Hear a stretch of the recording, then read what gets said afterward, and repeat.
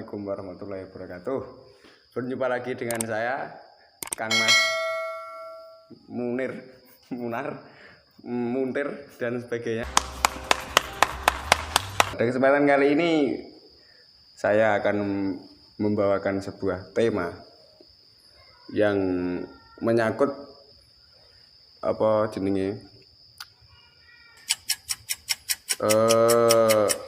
lika-liku kehidupan sing trending viral pada kesempatan akhir-akhir ini. Dan saya tidak sendiri.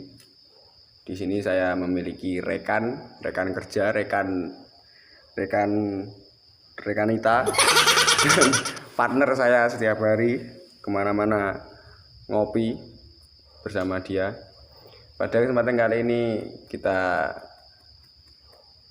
tampilkan saudara saya, Mas Andriana Safara. Celot. Maco gitu. Apa kabar Mas Andri? Alhamdulillah.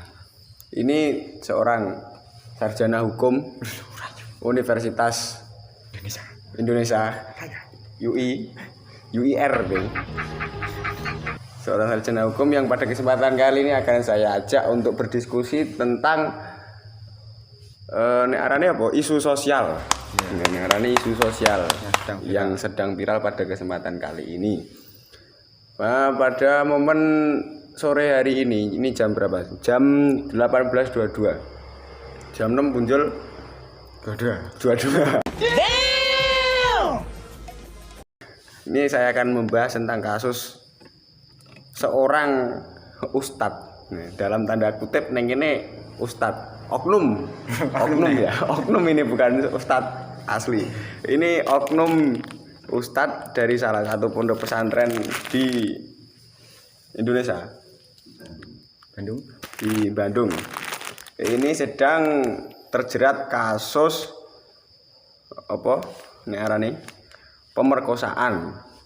Dia berkedok sebagai ustadz yang memperkosa 12 santrinya hingga hamil dan melahirkan. Kasus ini terungkap pada Mei. Laporan ini pada Mei 2021. Berarti pirang sasi kepungkur kan. Kita siapa Mas? Desember, November, Oktober, September, Agustus, Juli, Juni, Mei. Wolung sasi lagi viral. Iki kasusnya Pak Ustadz wi mau tak wacane saya, aku ya rodok rapat dong asine. Seorang guru di pondok pesantren jenenge kabeh insyaallah sing ngerti ya. Sopo jenenge? Jenenge kuwi umure 36. Memperkosa 12 santrine. Dintonto, santrine dintonto. Santri hebat. Bahkan 7 santri yang jadi korbannya telah melahirkan 9 bayi. Pitu mana songo lho. Bayangno. Korban diketahui merupakan santriwati. Pitu sing hamil. Iki lho.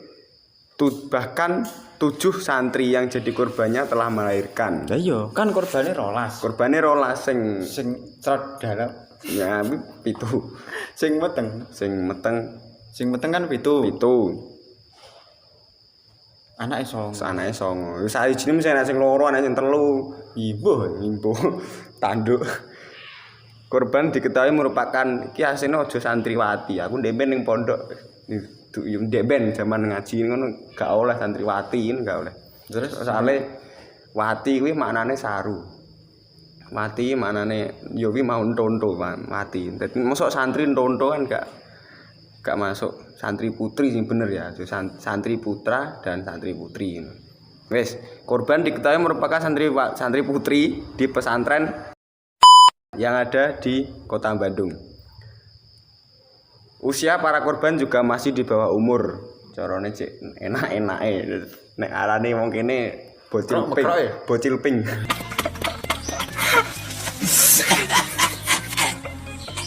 rata-rata usianya 16 sampai 17 tahun. Berarti SMA lah itu. SMA.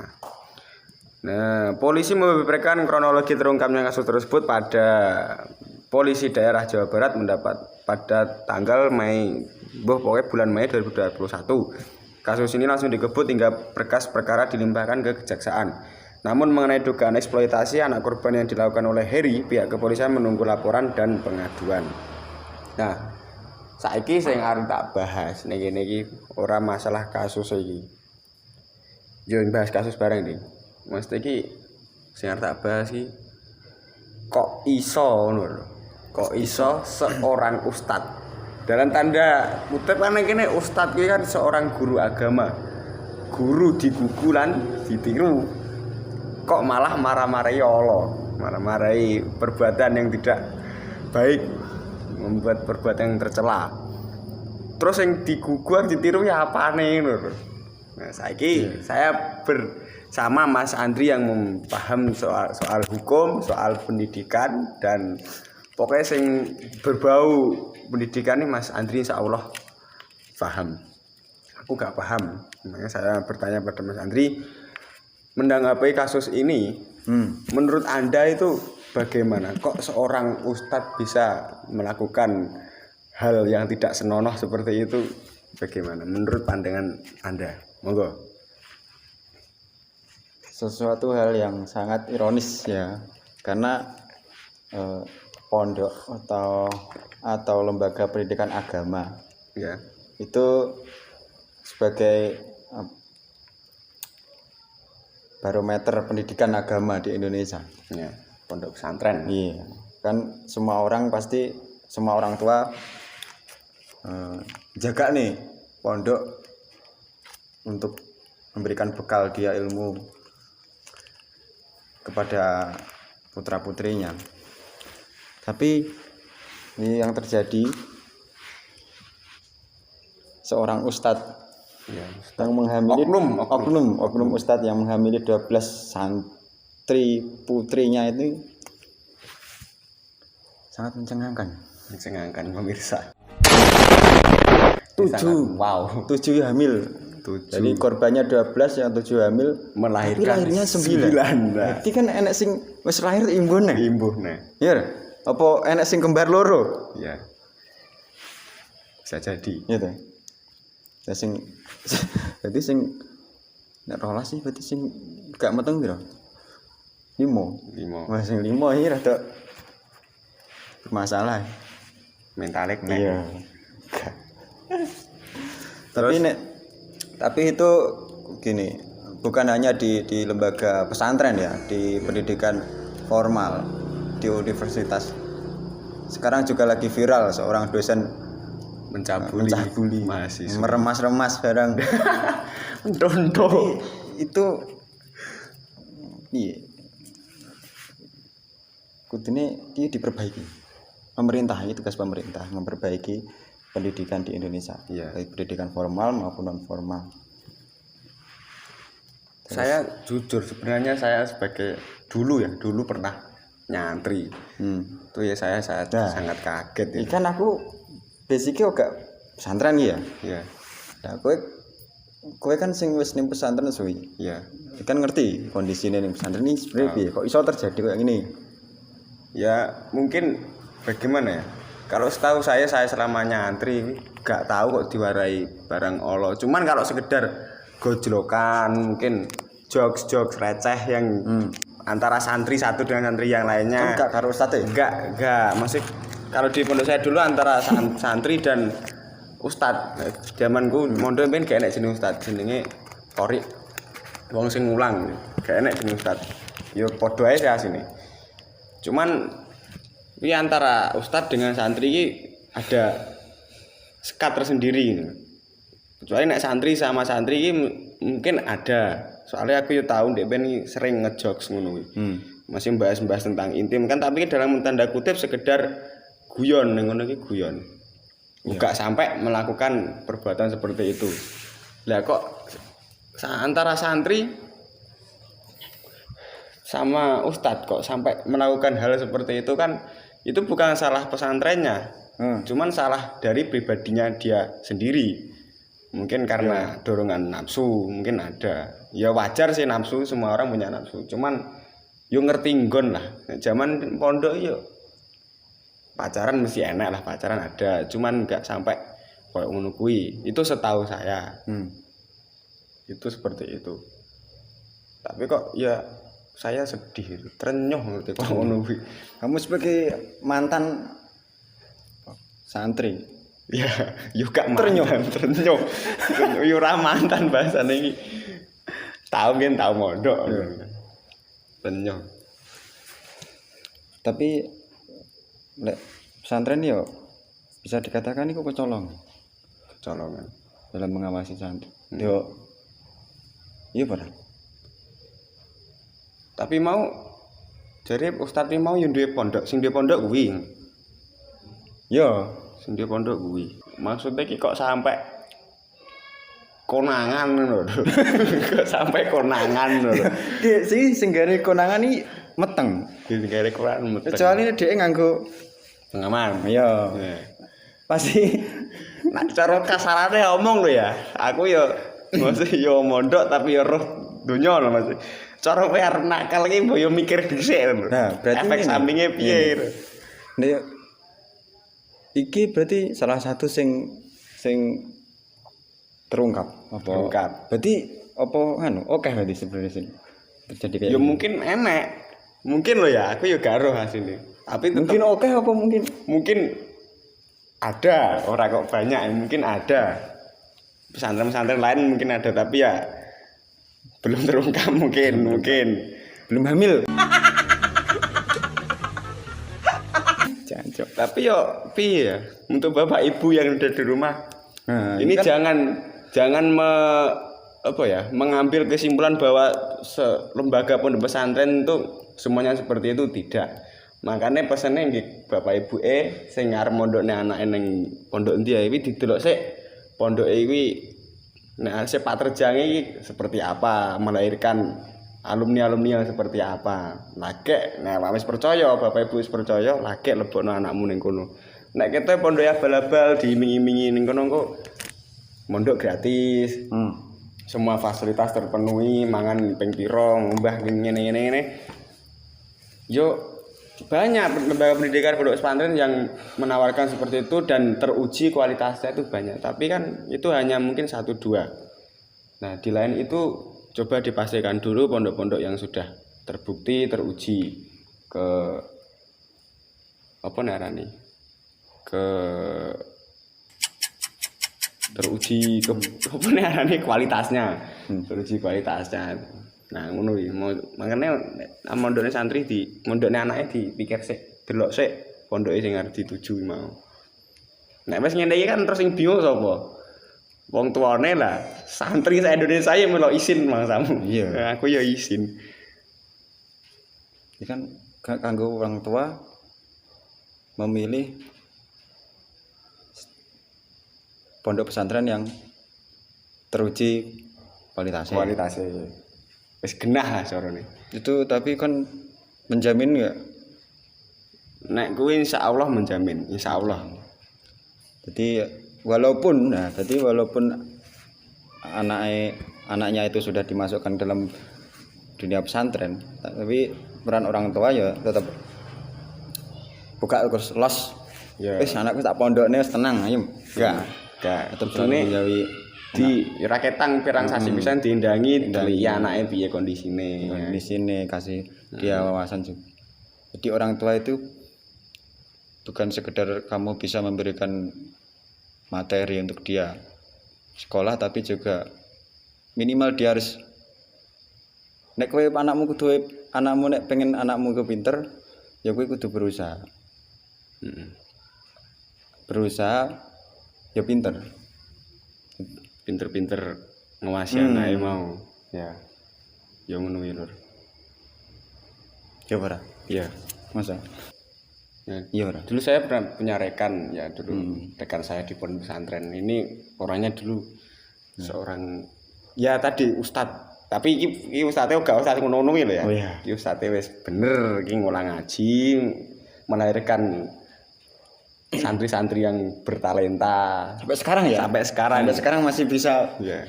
Dan sekarang di desa kita ini menjadi tokoh memberikan masyarakat, memberikan contoh yang baik ya. menjadi Oh, panutan. iya. Ini kita datangkan bintang tamu satu lagi dari rekan saya, Mas Khairul Anam, yang pada kesempatan kali ini sudah rawuh di sini. Monggo Mas Khairul Anam. Ya.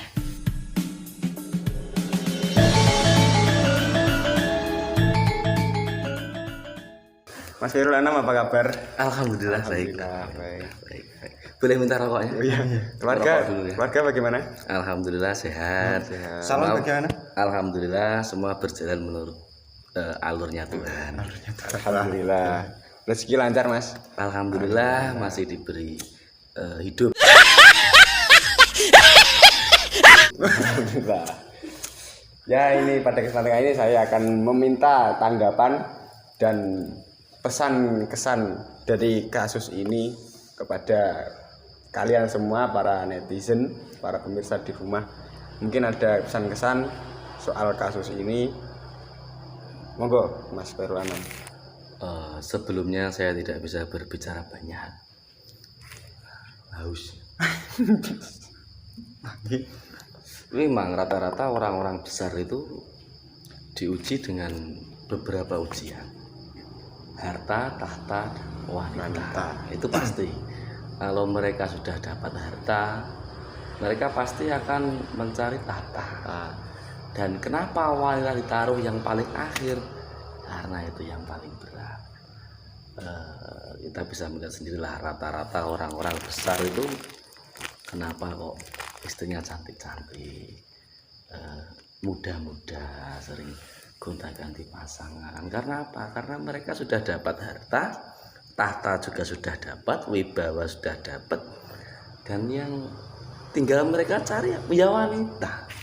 Karena wanita setiap tahun ada, misal ada perkembangan, ada wajah baru, wajah muda baru, wajah muda baru, bodi baru lah mungkin, terus karakteristik yang menarik. Nah itu rata-rata mereka tuh ada semacam rasa wah sange gitu lah, Tertarik Karena kebutuhan iya itu karena kebutuhan jiwa itu. kelakiannya bergejolak. Iya. Jadi itu bisa kita salahkan, juga bisa kita tidak. Tapi yang jelas kasus Ustadz Bandung ini tamparan keras lah bagi kita umat Islam, termasuk tamparan keras. Ngisi-ngisi bleh umbi getihe patuto halal. Yo piye maneh wong yo. Kasus sudah terungkap, apalagi umat Islam sudah ibarat nama itu sudah jatuh, apalagi sekarang Indonesia kan lagi berperang politik soal agama, idealisme. Itu memang sangat sangat sebuah tamparan keras bagi kita umat Islam. Tapi jangan dulu dipikir pendek. Tidak semuanya pesantren ataupun lembaga-lembaga pendidikan Islam itu seperti itu, tidak semuanya. Misal dari 1000 lembaga pendidikan paling hanya 1 saja yang seperti itu, dan kebetulan terungkap. Jadi Bapak dan Ibu-ibu tidak usah ragu. Misalkan Anda ingin memberi pendidikan yang pantas, yang layak untuk anak Anda, terutama di bidang agama Islam, jangan ragu.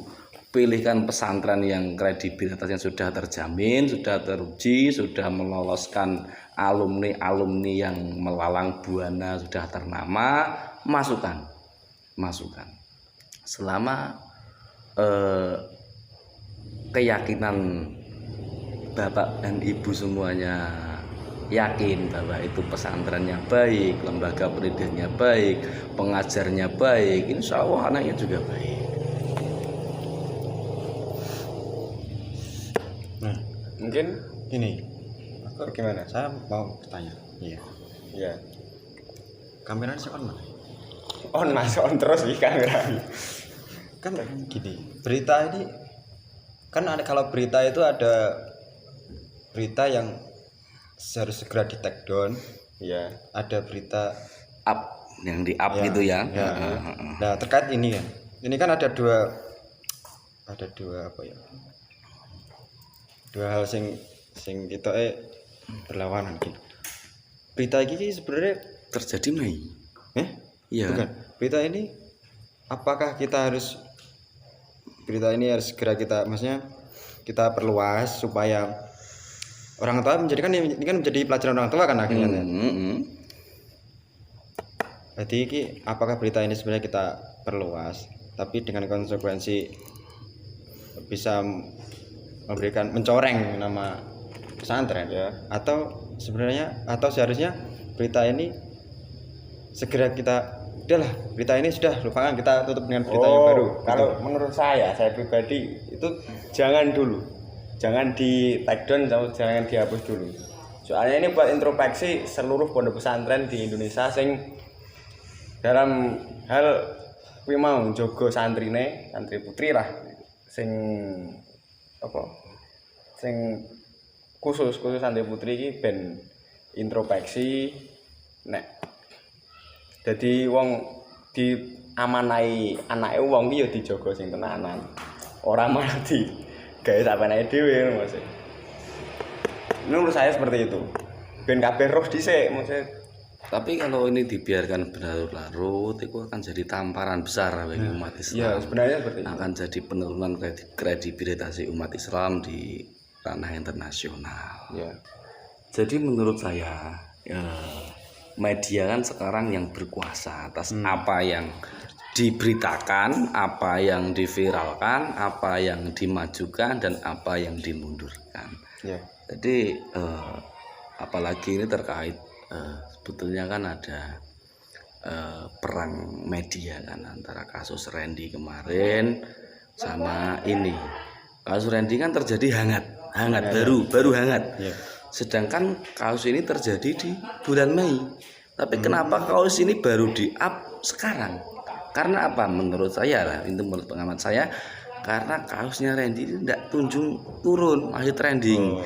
Jadi harus ada kasus penutup yang lebih besar untuk menutup kasusnya. Apalagi kasus Randy itu menyangkut aparat negara. Jadi daripada misalkan contohnya daripada nama Indonesia yang terus berlarut-larut turun. Nah, ini kasus Ustadz Bandung ini bisa jadi take off atau payungnya untuk menurunkan trendingnya si Randy ini.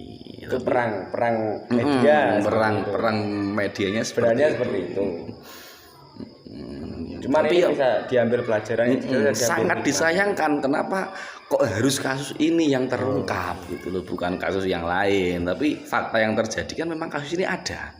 Jadi ya jancuk lah. Ya mungkin seperti itu, kasus pemerkosaan itu menjadi cepat untuk trendingnya itu cepat. Soalnya itu menyangkut kepribadian dari si korban. Tapi kenapa di Indonesia itu kasus korupsi, kasus itu yang nepotisme dan kasus yang lain itu kok sulit sekali untuk menjadi up trending gitu.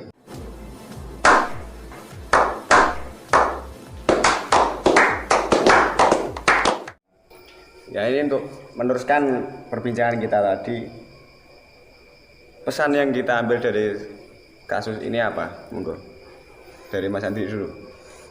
Pesannya ya kayak tadi ya yang sudah disampaikan, bahwa orang tua harus cermat dalam memilih lembaga pendidikan ya. Bukan hanya pesantren, tapi kalau pendidikan umumnya kayak mungkin kalau SD, karena ada pencabulan untuk di usia SD juga ada, SMP, SMA juga ada. Jadi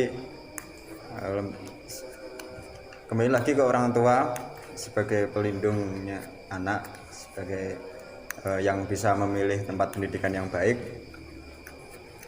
supaya lebih cermat lagi dalam memilih tempat pendidikan, dan khususnya buat lembaga pendidikan supaya menjaga kredibilitasnya, karena masa depan bangsa ada di tangan kalian, lembaga-lembaga pendidikan. Monggo, mungkin seperti itu tanggapan dari Mas Andri. Kita dengarkan tanggapan dari Mas Khairul Anam. Monggo Mas Khairul Anam. Mungkin yang pesan-pesan yang saya sampaikan sama persis dengan apa yang disampaikan saudari Andri. Saudara maksud saya, maaf saudara Andri. Mungkin sama. Jadi jangan kasus ini menjadi acuan kalau Bapak Ibu sekalian ragu untuk menyekolahkan anaknya di pesantren. Jangan ragu. Semua pasti ada kurang dan lebihnya. Jadi misal dari 1000 pesantren mungkin hanya satu ini aja yang kurang baik. Jadi masih ada 999 yang baik. Jadi jangan ragu. Terima kasih. Mungkin sekian perbincangan kami pada sore hari ini. Pesan-kesan yang bisa diambil dari perbincangan kita tadi adalah baik buruknya lembaga pendidikan itu tergantung siapa yang mengendalikan pendidikan tersebut. Jadi api eleke kowe nek duwe ning omah gitu para Bapak Ibu, para pemirsa ning omah duwe lembaga pendidikan, kuwi api eleke tergantung sampean sing nyekel. Terus kangge wong tua iki nak ngomong sithik ya. Aku soalnya dia berbagi ilmu, bro, berbagi ilmu. Anak nek wis mau pondokne asline, anak nek wis balik kuwi wis gak dadi tanggunganmu. Dadi tanggungane sampean. Kuwi cara wis gak ragati, wis gak urusi uripe wis gak masalah sampean gak entuk dosa. Kecuali nek sampean nyekolahane anake, mondokne anake, kuwi dadi tanggunganmu, kuwi hukume wajib awakmu sampean kabeh apa menafkahi, mencukupi kebutuhane sehari-hari. Jadi yo pesene mau nek mondokne, nek nyekolahane anake didelok dhisik lembaga pendidikane, apik eleke, cepat rejange piye. Ya mungkin sekedar ini tadi membahas hal-hal yang sedang viral. Mungkin lain kesempatan kita akan membahas sesuatu yang viral lagi. Dan jangan lupa dukung channel kami, subscribe dan klik tombol loncengnya di channel ini. Guys, ya. Dari kami kurang lebihnya mohon maaf. Wabillahi muwaffiq ila aqwamit thoriq. Semoga bermanfaat. Wassalamualaikum warahmatullahi wabarakatuh.